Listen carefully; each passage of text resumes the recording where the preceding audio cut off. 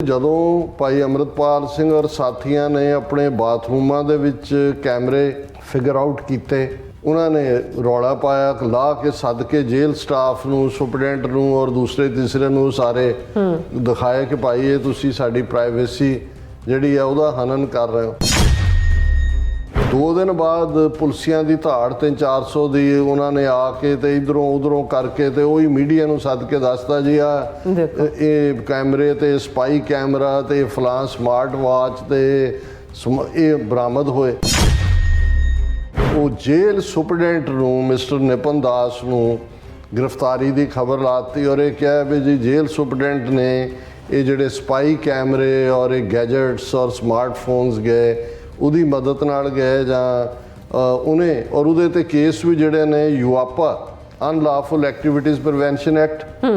ਔਰ ਨਾਲ ਦੀ ਨਾਲ ਜਿਹੜਾ ਅਸਾਮ ਪ੍ਰਿਜ਼ਨਸ ਐਕਟ, ਕਿਉਂਕਿ ਉਹਨੂੰ ਤਾਂ ਅਲਟੀਮੇਟਲੀ ਉਹਨਾਂ ਨੇ ਇੱਕ ਗਵਾਹੀ ਬਣਾਉਣਾ, ਗਵਾਹੀ ਬਣਾ ਕੇ ਫਿਰ ਉਹਨੂੰ ਉਹਦੇ ਨਾਲ ਕੋਈ ਪ੍ਰੋਮਿਸ ਕੀਤਾ ਹੋਣਾ ਵੀ ਤੇਰੀ ਪ੍ਰਮੋਸ਼ਨ ਕਰ ਦਿਆਂਗਾ ਜਾਂ ਦੂਜਾ ਵੀ ਇਸ ਵੇਲੇ ਤੈਨੂੰ ਫੜੂੰਗਣਾ ਪੈਣਾ, ਅਦਰਵਾਈਜ਼ ਉਹਨਾਂ ਤੇ ਤਾਂ ਤੁਸੀਂ ਇਕੱਲਾ ਪਾ ਨਹੀਂ ਸਕਦੇ ਕਿਉਂਕਿ ਉਹ ਤਾਂ 24 ਆਵਰ ਸਰਵੇਲੈਂਸ ਕੈਮਰਿਆਂ ਥੱਲੇ ਨੇ।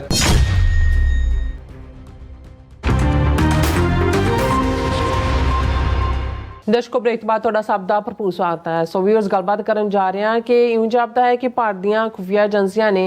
ਅੰਮ੍ਰਿਤਪਾਲ ਸਿੰਘ ਅਤੇ ਉਹਨਾਂ ਦੇ ਹੋਰ 9 ਸਾਥੀ ਸਿੰਘਾਂ ਨੂੰ ਅਸਾਮ ਜੇਲ੍ਹ ਵਿੱਚ ਲੰਮੇ ਸਮੇਂ ਲਈ ਕੈਦ 'ਚ ਰੱਖਣ ਦਾ ਇਰਾਦਾ ਕਰ ਲਿਆ। ਮੀਡੀਆ ਰਿਪੋਰਟਾਂ ਅਨੁਸਾਰ ਡਿਬਰੂਗੜ੍ਹ ਜੇਲ੍ਹ ਦੇ ਜੇਲ੍ਹ ਸੁਪਰਡੈਂਟ ਨਿਪਨ ਦਾਸ ਨੂੰ ਅਸਾਮ ਪੁਲਿਸ ਨੇ ਯੂਆਪਾ ਐਕਟ ਅਤੇ ਅਸਾਮ ਪ੍ਰਿਜ਼ਨਰਸ ਐਕਟ ਥੱਲੇ ਗ੍ਰਿਫਤਾਰ ਕਰ ਲਿਆ ਗਿਆ ਹੈ ਔਰ ਜੇਲ੍ਹ ਸੁਪਰਡੈਂਟ ਤੇ ਇਹ ਇਲਜ਼ਾਮ ਲਗਾਇਆ ਗਿਆ ਹੈ ਕਿ ਉਸਨੇ ਭਾਈ ਅੰਮ੍ਰਿਤਪਾਲ ਸਿੰਘ ਅਤੇ ਸਾਥੀਆਂ ਨੂੰ ਜੇਲ੍ਹ ਵਿੱਚ ਸਮਾਰਟਫੋਨ,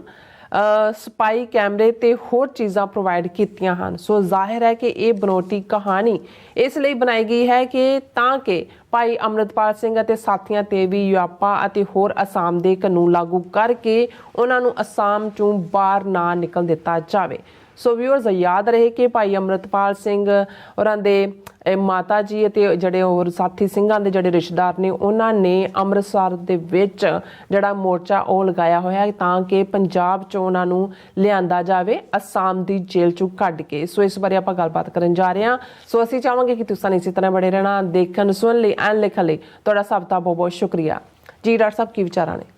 ਦੇਖੋ ਪਰਸੋਂ ਅਸੀਂ ਇੱਕ ਫੁੱਲ ਸੈਗਮੈਂਟ ਇਸ ਦੇ ਉੱਤੇ ਕੀਤਾ ਸੀ ਔਰ ਇਹ ਕੌਮ ਨੂੰ ਵੰਗਾਰ ਵੀ ਪਾਈ ਸੀ, ਅਫਸੋਸ ਦਾ ਇਜ਼ਹਾਰ ਵੀ ਕੀਤਾ ਸੀ ਕਿ ਅਸੀਂ ਕਦੋਂ ਤੱਕ ਡੀਕਾਂਗੇ ਇਸ ਮੋਰਚੇ ਨੂੰ ਸਪੋਰਟ ਕਰਨ ਤੱਕ ਪਹੁੰਚਣ ਤੋਂ ਪਹਿਲਾਂ ਕਿ ਅਸੀਂ ਡੀਕ ਰਹੇ ਹਾਂ ਵੀ ਕੋਈ ਅਸਾਮ ਤੋਂ ਡਿਬਰੂਗੜ੍ਹ ਤੋਂ ਡੈੱਡ ਬੋਡੀ ਆਏ, ਫਿਰ ਸਾਨੂੰ ਲੱਗੇ ਕਿ ਵੀ ਹੁਣ ਜਿਹੜਾ ਸਾਨੂੰ ਉਹਨਾਂ ਦੇ ਜਿਹੜਾ ਇਹਦੇ 'ਚ ਸ਼ਾਮਲ ਹੋਣਾ ਚਾਹੀਦਾ। ਹਾਲਾਂਕਿ ਸਾਡੇ ਕੁਛ ਵੀਰਾਂ ਨੇ ਇਸ ਦੇ ਉੱਤੇ ਈਵਨ ਇਹ ਵੀ ਕਿਹਾ ਕਿ ਜੀ ਇਹ ਤੁਸੀਂ ਕਾਫੀ ਸਖਤ ਵੰਗਾਰ ਪਾਈ ਔਰ ਅਸੀਂ ਵੀ ਝੰਜੋੜੇ ਗਏ। ਦੇਖੋ ਗੱਲ ਇਹ ਨਹੀਂ ਹੈ, ਅਸੀਂ ਸਮਝਦੇ ਹਾਂ ਕਈ ਵਾਰ ਹਰ ਇੱਕ ਦੇ ਆਪਣੇ ਜਿਹੜੇ ਨੇ ਉਹ ਦੇਸੇ ਵੀ ਹੁੰਦੇ ਨੇ, ਹਰ ਕੋਈ ਹਰ ਸਥਿਤੀ ਨੂੰ ਆਪਣੇ ਢੰਗ ਨਾਲ ਦੇਖਦਾ, ਕਈਆਂ ਦੇ ਗਿਲੇ ਵੀ ਹੋਣਗੇ, ਪਰ ਸਾਡੀ ਪਹੁੰਚ ਜਦੋਂ ਵੀ ਅਸੀਂ ਕਿਸੇ ਇਸ਼ੂ ਬਾਰੇ ਸਿੱਖੀ ਨੁਕਤਾ ਨਿਗਾਹ ਤੋਂ ਦੇਖਦੇ ਹਾਂ ਤਾਂ ਫਿਰ ਸਾਡੇ ਸਾਹਮਣੇ ਇਹ ਹੁੰਦਾ ਹੈ ਕਿ ਭਾਈ ਜਿਹੜਾ ਵੀ ਪੰਥ ਦੀ ਬਿਹਤਰੀ ਦੇ ਲਈ ਤੁਰਿਆ, ਜਿਸ ਨੇ ਉਸ ਚੈਲੰਜ ਨੂੰ ਸਵੀਕਾਰਿਆ, ਬੇਸ਼ੱਕ ਕੰਮ ਕਰਨ ਦੇ ਢੰਗ ਦੇ ਵਿੱਚ ਕੋਈ ਕਮਜ਼ੋਰ ਗੱਲ ਵੀ ਹੋਈ ਹੋਏ, ਲੇਕਿਨ ਐਟਲੀਸਟ ਜਿਹੜੀ ਭਾਵਨਾ ਹੈ ਉਹ ਗੁਰੂ ਪੰਥ ਦੀ ਸੇਵਾ ਦੀ ਸੀ। ਔਰ ਜਦੋਂ ਕੋਈ ਮੁਸ਼ਕਲ ਮੁਸੀਬਤ ਦੇ ਵਿੱਚ ਹੁੰਦਾ, ਪੰਥ ਦੇ ਝੰਡੇ ਨੂੰ ਜਿਸ ਨੇ ਚੁੱਕਿਆ ਹੋਇਆ, ਉਦੋਂ ਕੋਈ ਹੋਰ ਜਿਹੜੀ ਹੈ ਮਤਭੇਦ ਵਾਲੀ ਗੱਲ ਉਸ ਦੇ ਲਈ ਥਾਂ ਨਹੀਂ ਹੋਣੀ ਚਾਹੀਦੀ। ਸੋ ਅਸੀਂ ਇਹ ਵੀ ਦੇਖ ਰਹੇ ਸੀ ਕਿ ਵੀ ਜਿਉਂ-ਜਿਉਂ ਸੰਗਤ ਦਾ ਜ਼ੋਰ ਪੈ ਰਿਹਾ ਔਰ ਵੱਡੀ ਗਿਣਤੀ 'ਚ ਸਿੱਖ ਸੰਗਤਾਂ ਦੀ ਹੁਣ ਸ਼ਮੂਲੀਅਤ ਵੀ ਹੋਣੀ ਸ਼ੁਰੂ ਹੋਈ ਹੈ। ਹਾਲਾਂਕਿ ਅੱਡ-ਅੱਡ ਧੜੇ ਜਾਂ ਅੱਡ-ਅੱਡ ਗਰੁੱਪਾਂ ਦੇ ਵੀ ਜਿਹੜੇ ਨੇ ਉਹ ਜਾ ਰਹੇ ਨੇ ਆਪੋ ਆਪਣੇ ਜਥਿਆਂ ਦੇ ਨਾਲ। ਹਾਲਾਂਕਿ ਉਸ ਦੇ ਉੱਤੇ ਵੀ ਸਾਡੇ ਇੱਕ ਦੋ ਵੀਰਾਂ ਨੇ ਕਿਹਾ ਜੀ ਫਲਾਂ ਵੀ ਚਲਾ ਗਿਆ ਫਲਾਂ। ਮੈਂ ਕਿਹਾ ਵੀ ਇਹਨੂੰ ਇਵੇਂ ਨਾ ਦੇਖੀਏ, ਜਿਹੜਾ ਭਾਵੇਂ ਜੋ ਵੀ ਹੈ, ਜੇ ਉਹ ਜਾ ਕੇ ਉਹਨਾਂ ਦੇ ਨਾਲ ਮਾਤਾ ਜੀ ਉਹਨਾਂ ਦੇ ਬਜ਼ੁਰਗਾਂ ਜਾਂ ਬਾਕੀ ਜਿਹੜੇ ਰਿਸ਼ਤੇਦਾਰ ਨੇ ਉਹਨਾਂ ਦੇ ਨਾਲ ਬਹਿੰਦਾ ਤੇ ਇਹ ਸਪੋਰਟ ਦਾ ਪ੍ਰਗਟਾਵਾ ਇਵੇਂ ਹੀ ਹੁੰਦਾ। ਹਾਲਾਂਕਿ ਇਸ ਦੇ ਉੱਤੇ ਜਿਹੜਾ ਅਕਾਲ ਤਖਤ ਦੇ ਜਥੇਦਾਰ ਜਾਂ ਸ਼੍ਰੋਮਣੀ ਕਮੇਟੀ ਦਾ ਵਰਤਾਰਾ ਤਾਂ ਨਿਰਾਸ਼ਾਜਨਕ ਹੀ ਹੈ, ਕਿਉਂਕਿ ਪਹਿਲਾਂ ਪਰਿਵਾਰ ਵੀ ਉਹਨਾਂ ਨੂੰ ਮਿਲੇ, ਮੰਗ ਵੀ ਹੋਈ, ਜਥੇਦਾਰ ਨੂੰ ਕਿਹਾ ਗਿਆ ਕਿ ਭਾਈ ਲੀਡ ਕਰੋ ਇਹਨੂੰ ਫਰਮ ਦਾ ਫਰੰਟ। ਹੁਣ ਇਹ ਕੱਲ੍ਹ ਹੀ ਸੀ ਕਿ ਜੀ ਉਹਨਾਂ ਨੇ ਇੱਕ ਕਮੇਟੀ ਬਣਾ ਦਿੱਤੀ ਹੈ 5 ਮੈਂਬਰੀ ਕਿ 2 ਮੈਂਬਰੀ, 2 ਸ਼੍ਰੋਮਣੀ ਕਮੇਟੀ ਦੇ ਨੇ ਕਿ ਉਹ ਦੇਖਣਗੇ, ਲੀਗਲ ਕਰਨਗੇ। ਉਹ ਤਾਂ ਅੱਜ ਠੀਕ ਹੈ, ਇਹਨਾਂ ਦੇ ਕਰਨੈਲ ਸਿੰਘ ਪੰਜੋਲੀ ਇਹਨਾਂ ਦੇ ਐਗਜ਼ੈਕਟਿਵ ਮੈਂਬਰ ਵੀ ਰਹੇ ਨੇ, ਹੁਣ ਤਾਂ ਸ਼ਾਇਦ ਨਹੀਂ ਨੇ। ਉਹਨਾਂ ਨੇ ਇਹਨਾਂ ਨੂੰ, ਉਹ ਬਾਦਲਾਂ ਨੂੰ ਚੈਲੰਜ ਵੀ ਕਰਦੇ ਰਹਿੰਦੇ ਨੇ, ਹਾਲਾਂਕਿ ਵਿਦਿਨ ਦਾਇਰਾਕਾਰ ਹੀ ਰਹੇ ਹਮੇਸ਼ਾ। ਤੇ ਉਹਨਾਂ ਦੀ ਸਟੇਟਮੈਂਟ ਸੀ, ਉਹਨਾਂ ਨੇ ਕਿਹਾ ਜਿਹੜੀਆਂ ਕਮੇਟੀਆਂ ਬਣਾਉਣੀਆਂ ਹੁੰਦੀਆਂ, ਇਹਨੂੰ ਹੁੰਦਾ ਵੀ ਤੁਸੀਂ ਕਿਸੇ ਇਸ਼ੂ ਨੂੰ ਜੇ ਠੰਡੇ ਬਸਤੇ 'ਚ ਪਾਣਾ ਤਾਂ ਉਹਦੀ ਕਮੇਟੀ ਬਣਾ ਦਿਓ। ਉਹਨਾਂ ਨੇ ਕਿਹਾ ਵੀ ਇਹ ਕਿਉਂ ਨਹੀਂ ਜਥੇਦਾਰ ਖੁਦ ਜਿਹੜੇ ਉਹ ਕਾਲ ਦਿੰਦੇ ਕਿ ਭਾਈ ਚਲੋ ਚੰਡੀਗੜ੍ਹ ਘੇਰੀਏ, ਔਰ ਜੇ ਉਹ ਲੀਡ ਕਰਨ ਬਾਕੀਆਂ ਨੂੰ ਜਾਂ ਦੂਜੇ ਇੱਕ ਵਾਰੀ ਪੰਥਕ ਤਾਕਤ ਦਾ ਪ੍ਰਗਟਾਵਾ ਹੋਏ। ਤੇ ਇਸ ਉੱਤੇ ਮੈਨੂੰ ਕਿਸੇ ਨੇ ਅੱਜ ਕਿਹਾ ਕਿ ਮੈਂ ਦੇਖ ਲਈ ਸੀ ਸਟੇਟਮੈਂਟ, ਮੈਂ ਕਿਹਾ ਜੀ ਜਿਨ੍ਹਾਂ ਨੂੰ ਉਹ ਕਹਿ ਰਹੇ ਨੇ ਉਹ ਤਾਂ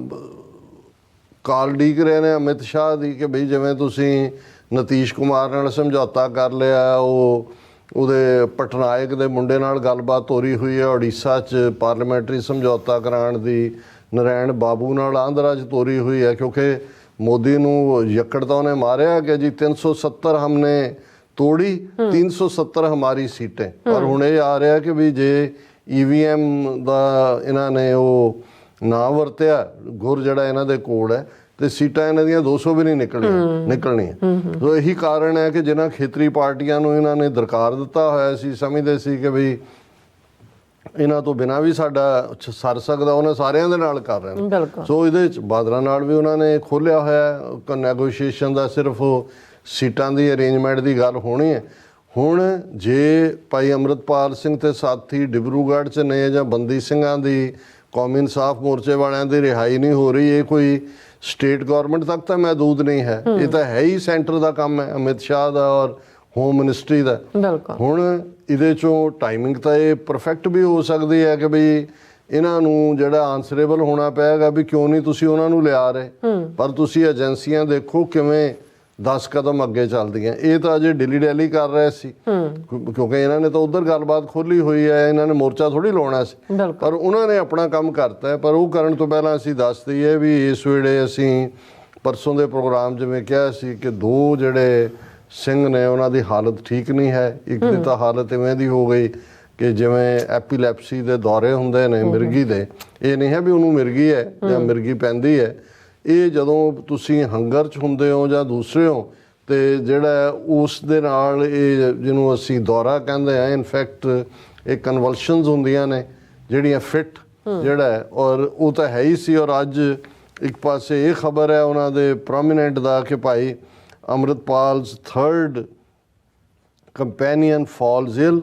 ਔਰ ਇਸ ਦੇ ਵਿੱਚ ਉਹਨਾਂ ਦਾ ਜਿਹੜਾ ਉਹਨਾਂ ਨੇ ਇਹ ਕਿਹਾ ਕਿ 3rd associate of Sikh leader Amritpal Singh was taken to hospital at Dibrugarh jail following health complications, news report said on Thursday. ਇਹ ਬਸੰਤ ਸਿੰਘ ਨੇ ਹੁਣ, according to these reports, Basant Singh was shifted to Assam Medical College and Hospital from Dibrugarh Central Jail on Thursday following deterioration in his state. ਔਰ already ਜਿਹੜੇ ਉਹਨਾਂ ਦੇ 2 ਸਾਥੀ ਨੇ ਕੁਲਵੰਤ ਸਿੰਘ ਧਾਲੀਵਾਲ ਔਰ ਗੁਰਮੀਤ ਸਿੰਘ ਭੁੱਖਨਵਾਲਾ, ਉਹ ਪਹਿਲਾਂ ਹੀ ਹਸਪੀਟਲ ਦੇ ਵਿੱਚ ਨੇ ਔਰ ਉਹਨਾਂ ਦੀ ਹਾਲਤ ਗੰਭੀਰ ਬਣੀ ਹੋਈ ਹੈ, ਫਿਜ਼ੀਕਲ ਵੀਕਨੈਸ ਹੈ। ਔਰ ਇਹ ਆਲਰੇਡੀ ਹੁਣ ਇਸ ਸਾਰੇ ਦੇ ਚੱਲਦੇ ਆ ਜਿੱਥੇ ਇਹਨਾਂ ਵੱਲੋਂ ਟੋਟਲ ਜਿਹੜੀ ਹੈ ਉਹ ਕਿਨਾਰਾਕਸ਼ੀ ਕਰਨ ਦੀ ਕੋਸ਼ਿਸ਼ ਹੈ, ਉੱਥੇ ਹੀ ਨਾਲ ਈਵਨ ਇੱਕ ਖਬਰ ਜਿਹੜੀ ਕਿ ਚਲਦੇ ਸੋਸ਼ਲ ਮੀਡੀਆ ਤੇ ਮੈਂ ਦੇਖੀ ਹੈ ਕਿ ਡਿਬਰੂਗੜ੍ਹ ਜੇਲ੍ਹ ਤੋਂ ਖਬਰ ਆ ਰਹੀ ਹੈ ਕਿ ਭਾਈ ਪਪਲਪ੍ਰੀਤ ਸਿੰਘ ਦੀ ਹਾਲਤ ਵੀ ਬਹੁਤ ਨਾਜ਼ੁਕ ਬਣੀ ਹੋਈ ਹੈ।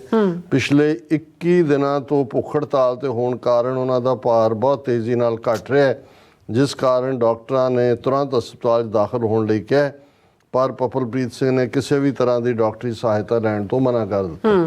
ਹੁਣ ਇੱਕ ਪਾਸੇ ਤਾਂ ਸਿੰਘ ਉੱਥੇ ਡਟੇ ਹੋਏ ਨੇ, 3 ਆਲਰੇਡੀ ਹਸਪੀਟਲ 'ਚ ਪਹੁੰਚ ਗਏ, 4ਥਾ ਸੀਰੀਅਸ ਹਾਲਤ ਦੇ ਵਿੱਚ ਉਹ ਪਪਲਪ੍ਰੀਤ ਸਿੰਘ ਉਵੇਂ ਜੂਝ ਰਿਹਾ ਹੈ।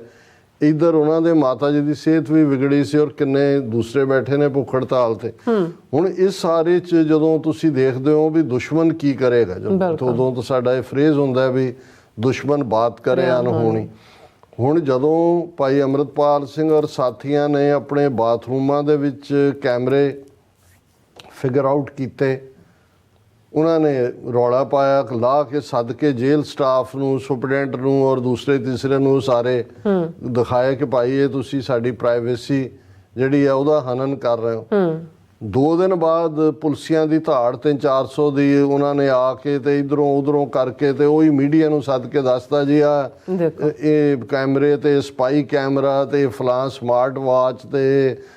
ਇਹ ਬਰਾਮਦ ਹੋਏ। ਹੁਣ ਜਦੋਂ ਇਧਰੋਂ, ਕਿਉਂਕਿ NSA ਹੈ, ਹੋਰ ਤਾਂ ਕੋਈ ਕੇਸ ਨਹੀਂ ਅਸਾਮ ਚ ਇਹਨਾਂ ਦੇ ਖਿਲਾਫ,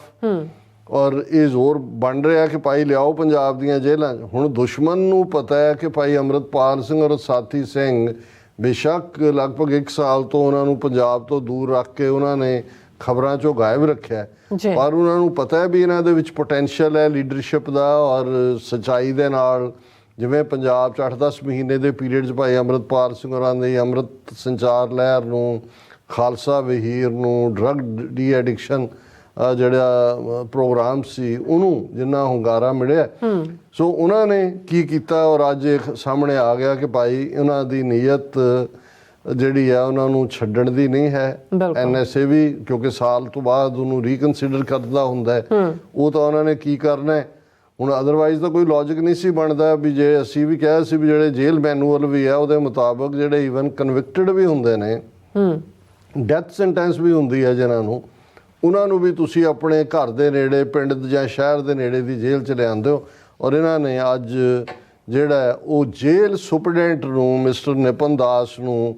ਗ੍ਰਿਫਤਾਰੀ ਦੀ ਖਬਰ ਲਾਤੀ ਔਰ ਇਹ ਕਿਹਾ ਵੀ ਜੀ ਜੇਲ੍ਹ ਸੁਪਰਡੈਂਟ ਨੇ ਇਹ ਜਿਹੜੇ ਸਪਾਈ ਕੈਮਰੇ ਔਰ ਇਹ ਗੈਜਟਸ ਔਰ ਸਮਾਰਟਫੋਨਸ ਗਏ ਉਹਦੀ ਮਦਦ ਨਾਲ ਗਏ ਜਾਂ ਉਹਨੇ, ਔਰ ਉਹਦੇ ਤੇ ਕੇਸ ਵੀ ਜਿਹੜੇ ਨੇ ਯੂਆਪਾ ਅਨਲਾਫੁਲ ਐਕਟੀਵਿਟੀਜ਼ ਪ੍ਰੀਵੈਂਸ਼ਨ ਐਕਟ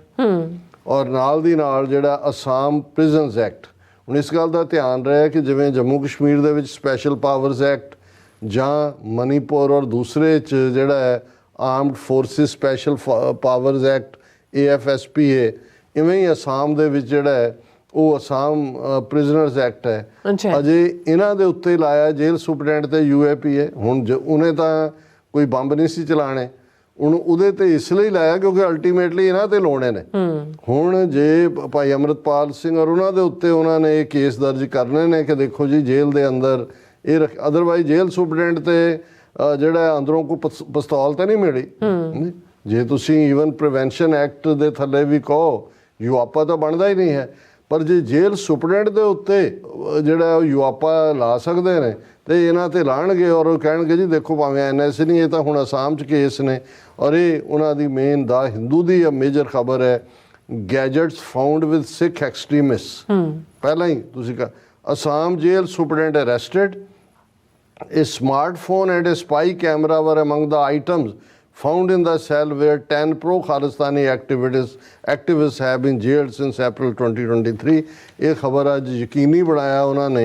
ਕਿ ਸਾਰੇ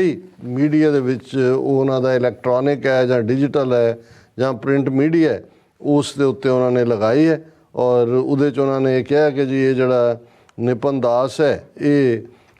ਨਿਪਨ ਦਾਸ ਇਹ ਕੰਪਲੀਸਿਟ ਸੀ। illegal acquisition of electronic gadgets raised serious about concern maintenance of law this